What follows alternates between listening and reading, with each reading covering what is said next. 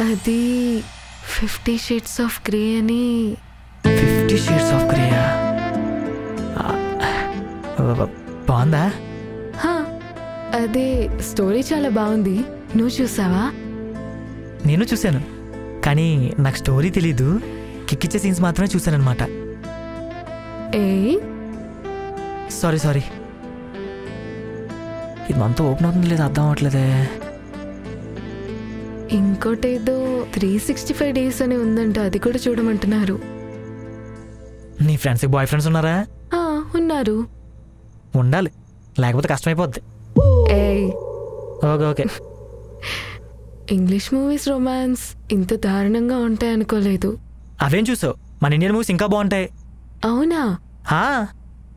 ఏంటవి? అది మళ్ళీ ఎందుకులే, ఏం చెప్పినా లిమిట్స్ నాకు గుర్తు చేస్తావు. నేను అడిగినప్పుడు చెప్పొచ్చు.